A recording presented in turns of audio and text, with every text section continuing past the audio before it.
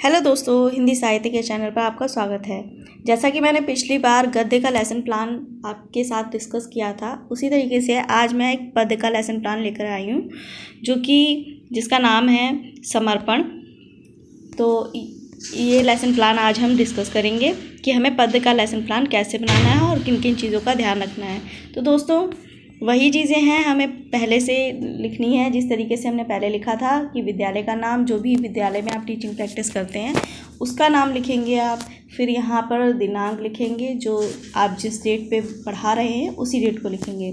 फिर उसके बाद कक्षा, ये कक्षा 6 के चैप्टर में है पद्य। फिर उसी तरीके से आपको विषय लिखना है और प्रकरण अभी नहीं लिखना है।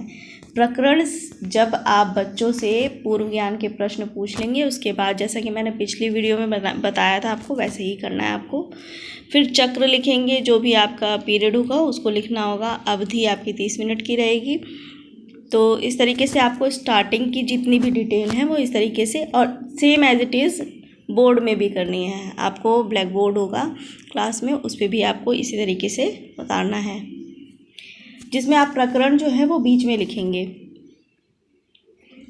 फिर वही सामान्य उद्देश्य जो है, जो मैंने पहले बताया था। सामान्य उद्देश्य मतलब जो होता है कक्षा, जो पूरे साल भर में हमें जो उद्देश्य होता है हमारा सब्जेक्ट से रिलेटेड या अदर से रिलेटेड, कि हम बच्चों में क्या डेवलप करना चाहते हैं, तो हम उसी तरीके से सामान्य उद्देश्य लिखेंगे, जिस तरह से मैंने नोट कर रखे हैं। सामान्य उद्देश्य जिसमें मातृभाषा के प्रति जागृत होना और कठिन शब्दों के उच्चारण में अभ्यास करना, शब्द भंडार। तो इस तरह से हम जो है पूरे साल भर में जो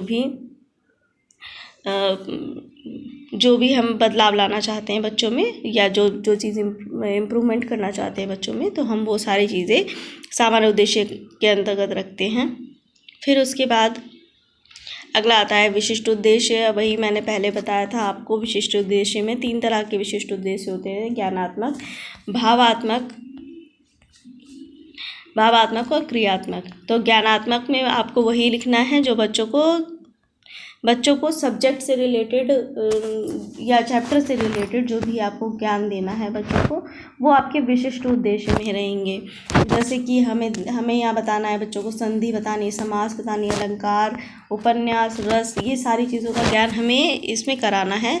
तो बच्चों को काव्य के अंतर्गत ये सारी चीज़ों का ज्ञान हो जाएगा, हम बताएंगे तो ये आपका उद्देश्य रहेगा। फिर उसके बाद केंद्रीय भाव के पर विचार कर सकें, जो भी आप पाठ पढ़ा रहे हैं उसका केंद्रीय भाव बच्चे समझ पाएँ, यही ज्ञानात्मक के अंतर्गत आता है। फिर उसके बाद आता है भावात्मक।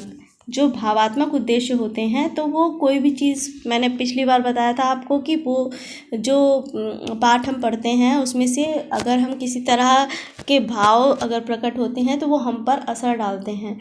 जैसे कि अगर श्रृंगारात्मक हम पाठ पढ़ रहे हैं तो हमारे अंदर वैसे ही भाव, ओज होंगे तो वैसे ही भाव हमारे अंदर उत्पन्न होते हैं। तो इसी तरीके से जो हम गद्य या पद्य जो कुछ भी पढ़ाते हैं तो उसमें भावात्मक उद्देश्य ये होते हैं, जैसे छात्रों को पढ़ाकर सुनाकर कविता में निहित ज्ञान प्रदान करना। फिर छात्रों को कविता में निहित नवीन शब्द और युक्तियों के अर्थ से परिचित कराना, तो ये भावात्मक में होता है।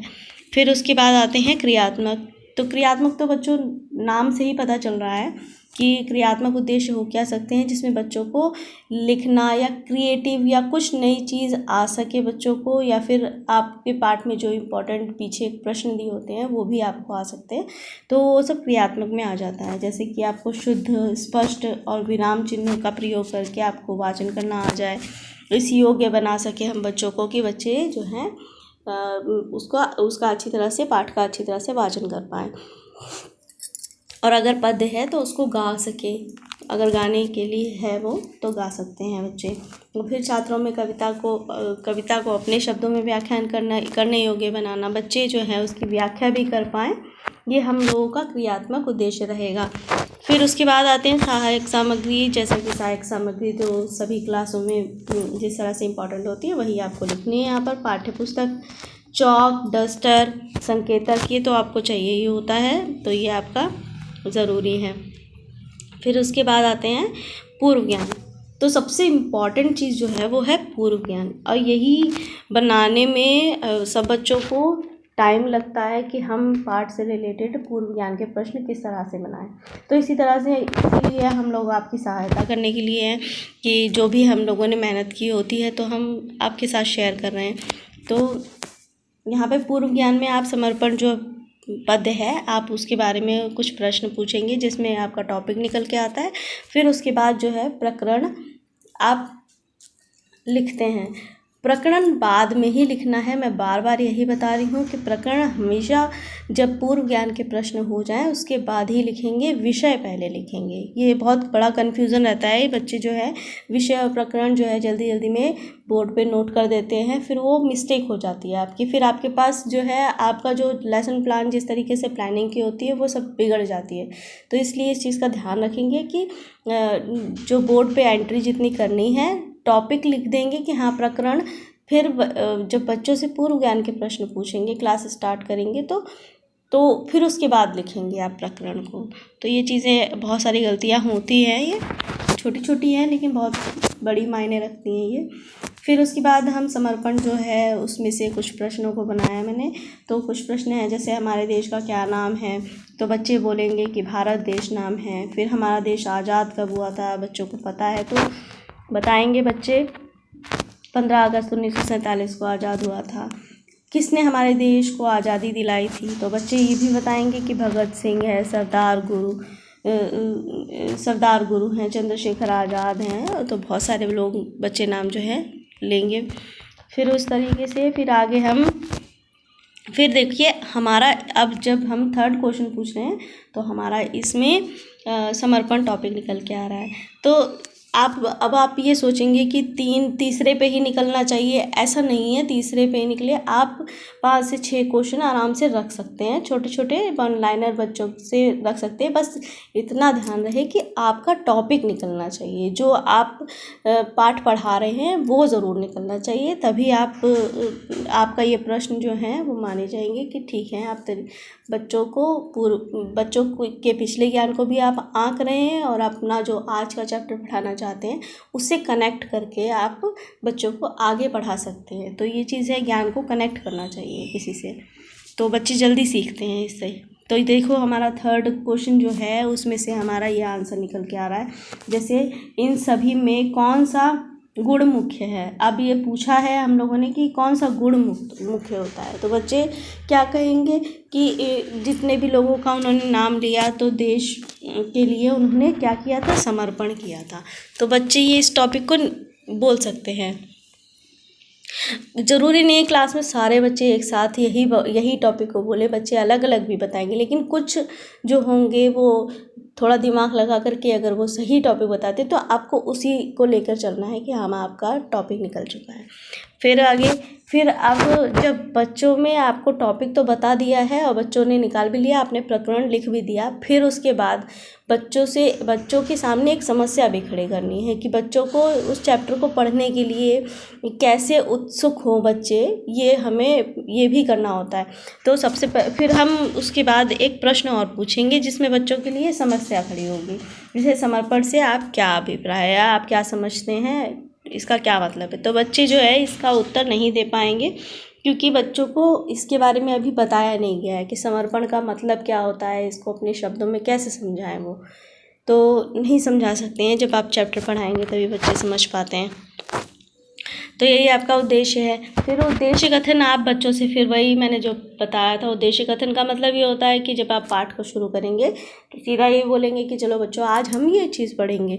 तो इसी तरीके से मैंने जैसा आपको बोलना है वैसे भी आपको लिखना भी है। जैसे कि आज हम समर्पण नामक कविता का रसास्वादन करेंगे। बच्चों को अगर इतने कठिन शब्द नहीं समझ में आ रहे हैं तो सिंपल आप लिख भी सकते हैं कि हम पढ़ेंगे, ठीक है।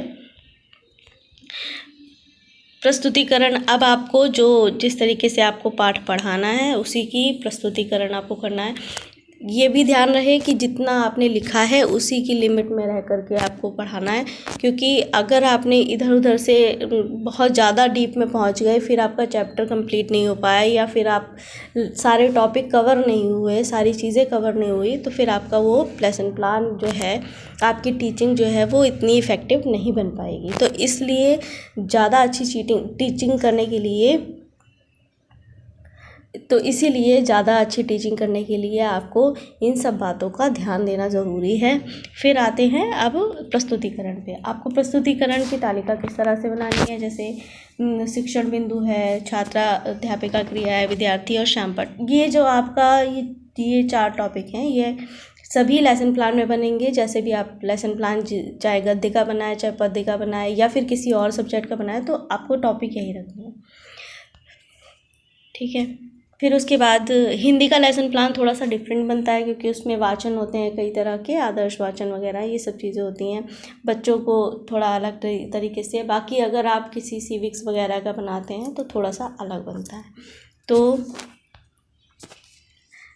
बच्चों से पहले आप आदर्श वाचन करेंगे, बच्चों को वो चैप्टर पढ़ाएंगे, जितने भी आरोह अवरोह होते हैं, गति होती है, यति गति होती है, भावपूर्ण रूप से आप उसका वाचन करेंगे, चैप्टर को पढ़ाएंगे बच्चों को।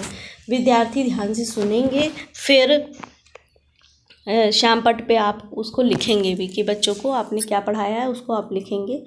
पंक्ति अगर आप पूरी नहीं लिख पा रहे हैं तो डैश डैश करके फिर लास्ट वाला लिख देते हैं, उसी तरीके से आप लिख देंगे। और जैसे मैंने बोला था कि जैसे मैंने यहाँ पर ब्लैक कलर का कागज़ पे नहीं लिखा है, चार्ट पे कटिंग करके नहीं लिखा है, लेकिन आप लोग अगर ऐसे लिखेंगे ब्लैक कलर का चार्ट लगा करके तो ज़्यादा बेटर लगेगा। तो इस तरीके से आपको लिखना होगा। फिर अनुकरण वाचन। अनुकरण का मतलब होता है किसी को कॉपी करना। जैसा आपने बोला है उसको आप बच्चे जो हैं वो कॉपी कर रहे हैं, उसी को अनुकरण कहते हैं। तो अनुकरण जो है, बच्चे जो आपने पढ़ाया है उसका आप आदेश देंगे कि बच्चों अब आप रीडिंग करिए अपने आप, तो बच्चे उसको आरोह अवरोह पूर्वक वाचन करेंगे, ठीक है।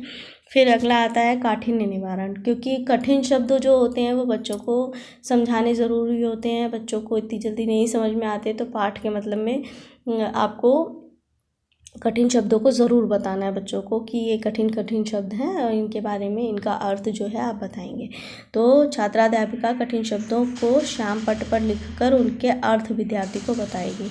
श्यामपट्ट पर आपको ये भी चीज़ है कि अगर आप बता रहे हैं कोई ऐसी चीज़ जो कि इम्पॉर्टेंट है तो आप उसे श्यामपट्ट पे ज़रूर उतारेंगे। फिर विद्यार्थी जो है कठिन शब्दों के अर्थ को अपनी उत्तर पुस्तिका में लिखेंगे। बच्चे उसे अपने साथ में कॉपी में भी नोट करेंगे, बच्चों को समय भी देना है कि कॉपी में भी नोट कर पाएँ वो, तो इसलिए। फिर ये जो हैं कुछ पाठ के अंतर्गत आए हुए कुछ कठिन शब्द हैं जो बच्चे नहीं समझ पाते हैं, उनके अर्थ लिखे हैं। ये जैसे समर्पित है, ऋण है, अकिंचन, निवेदन, ये इस तरह से आप और भी एक्स्ट्रा ऐड कर सकते हैं पाठ को देखकर। फिर पुनः सस्वर वाचन। अब फिर जब बच्चों ने भी, आपने आदर्श वाचन किया, फिर अनुकरण वाचन किया बच्चों ने, फिर उसके बाद अब आप, क्योंकि वो कविता है तो बच्चों को कविता याद हो जाए तो बहुत अच्छा है, तो आप उसको पुनः दोबारा जो है आप उसको सस्वर वाचन करेंगे, बच्चों को फिर से पढ़ाएंगे उसके बारे में कविता को, जैसे कि संपूर्ण आरोह अवरोह यति गति के साथ आप पूरे पाठ का वाचन करेंगे, लय पूर्वक आपको पढ़ाना है। बच्चे कविता का रसास्वादन करेंगे। कविता अगर अच्छी है तो बच्चे भी उसको पढ़ने के लिए बहुत उत्सुक होते हैं और खूब गा कर पढ़ते हैं क्लास में, तो ये कक्षा का माहौल भी अच्छा हो जाता है। तो दोस्तों फिर आते हैं भावबोधात्मक प्रश्नों पर। तो भावबोधात्मक प्रश्न वो होते हैं जो आपके चैप्टर में पीछे दिए होते हैं, 1 लाइनर प्रश्न होते हैं जो बच्चों से आप पूछ सकते हैं। इसके अलावा आप बना भी सकते हैं प्रश्नों को, जो पाठ के बारे में आप जानकारी देना चाहते हैं बच्चों को, वो आप प्रश्न जो है बना सकते हैं। उसके बच्चे क्लास में ही उत्तर देते हैं, आपने चैप्टर पढ़ा है उसके बाद में भावबोधात्मक प्रश्न पूछेंगे आप, बच्चे तुरंत के तुरंत उसका आंसर देंगे, क्योंकि बच्चों को वो दिमाग में बैठ चुका है, आ चुका है, क्योंकि आपने 3 बार उसको पढ़ाया है। तो प्रश्न आपने पूछा कि कविता में कवि क्या समर्पित कर रहा है, तो आप बच्चे बोलेंगे कि अपना तन और अपना मन जो है कवि समर्पित कर रहा है। कवि अपना सब कुछ समर्पित किसको कर रहा है, ये भी बच्चे बता पाएंगे कि अब कवि अपना सब कुछ देश को समर्पित कर रहा है, देश के लिए समर्पण कर रहा है। तो ये बच्चे बता सकते हैं आराम से। फिर उसके बाद थाल में क्या सजाकर कवि लाए, तो बच्चे उत्तर देंगे थाल में भाल सजाकर कवि लेकर के आए। फिर उसके बाद कवि थाल क्यों सजाकर लाना चाहता था, तो बच्चे ये बता पाएंगे अपने आप को समर्पित करने के लिए लाना चाहता था। फिर उसके बाद उसकी सौंदर्यानुभूति के लिए कुछ प्रश्न पूछे जाएंगे। सौंदर्यानुभूति जैसे कि आप उसके बारे में रस है, गुण है, इनके बारे में आप पता कर सकते हैं, बच्चों से प्रश्न पूछ सकते हैं। अगर आपने बताया है बच्चों को तो आप प्रश्न भी पूछ सकते हैं उस पर। प्रस्तुत कविता में कौन सा रस है, तो बच्चे ये बता पाएंगे, क्योंकि अगर आपने रस के बारे में बच्चों को बताया है कि जैसे अगर हम देशभक्ति कोई आ रही है तो उसमें वीर रस का ज़्यादातर प्रयोग होता है, तो वीर रस हो जाएगा। तो इस तरीके से बच्चे उसका उत्तर दे पाएंगे। तो आप बच्चे उसका उत्तर भी दे पाएंगे क्योंकि देशभक्ति है तो इसलिए वीर रस का प्रयोग हुआ है।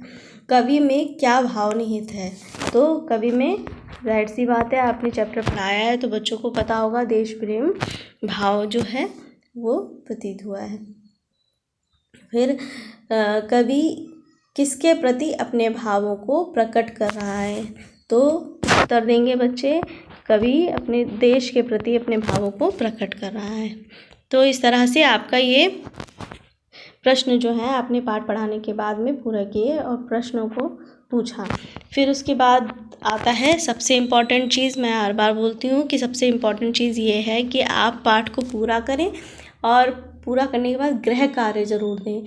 होता है अक्सर कि गद्य का जो है पाठ पूरा नहीं हो पाता है, उसको आधे पोर्शन में बांट कर के आधा आज पढ़ाया आधा कल पढ़ाया, तो आधे पोर्शन में जो कि आपके 30 मिनट में कवर हो पाए बच्चों को पढ़ाना, क्योंकि आपको आदर्श वाचन भी करना है, बच्चों को रीडिंग के लिए भी देना है, फिर से आपको पढ़ाने की कोशिश करनी है कि आपको टाइम मिले तो आप पढ़ाएँ बच्चों को। समझाने वाला है कुछ समझाएँ, या व्याख्या करने वाला है तो आप व्याख्या करें ताकि बच्चों को समझ में आए। फिर आपको प्रश्न भी पूछने होते हैं, तो इसलिए अपने समय को मैनेज करके आप लिखें, क्योंकि पूरे चैप्टर को अगर गद्य में लेंगे तो नहीं हो पाते हैं ज़्यादातर, तो इसलिए आपको 2 भागों में बांट लें।